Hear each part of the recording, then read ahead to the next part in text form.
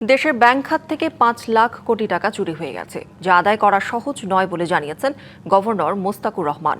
এমন বাস্তবতার মধ্যেও ২৫ লাখ কর্মসংস্থান তৈরির লক্ষ্য নিয়ে ৬০,০০০ কোটি টাকার বিশেষ প্যাকেজ ঘোষণা করেছে বাংলাদেশ ব্যাংক।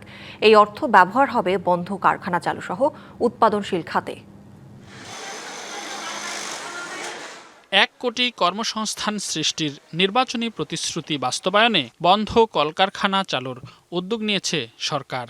এ লক্ষ্যে ৬০,০০০ কোটি টাকার বিশেষ প্যাকেজ ঘোষণা করেছে বাংলাদেশ ব্যাংক। আমরা আশা করছি এর মাধ্যমে ২৫ লাখের বেশি কর্মসংস্থান হবে। এই প্যাকেজের আওতায় ৭% সুদে ঋণ নিয়ে বন্ধ কারখানা চালু করতে পারবে বৃহৎ শিল্পগোষ্ঠীগুলো। তবে ছোট উদ্যোক্তাদের গুনতে হবে তুলনামূলক বেশি সুদ। ইন্ডাস্ট্রিয়াল রিভাইভাল হবে, আমাদের প্রায় 2.5 মিলিয়ন জব ক্রিয়েশন হবে, এক্সপোর্ট রিকভারি হবে, এগ্রিকালচারাল বুস্ট হবে, রেমিটেন্স গ্রোথ বাড়বে বলে আমরা আশা করছি।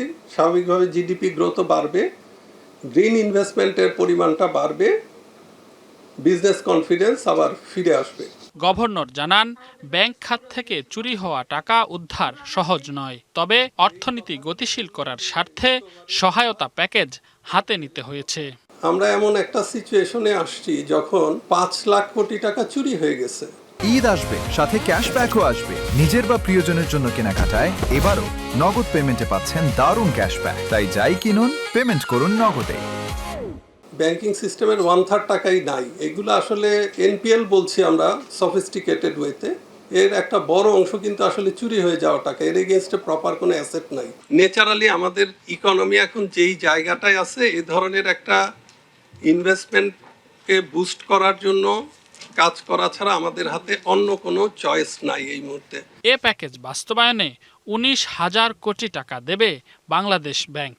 আর সরকারি ব্যবস্থাপনায় ব্যাংক খাত থেকে আসবে আরও ৪১,০০০ কোটি টাকা। অতীতের অভিজ্ঞতার মতো খারাপ অভিজ্ঞতার মুখোমুখি আমরা হব না। রেদওয়ানুল হক, ডিবিসি নিউজ, ঢাকা।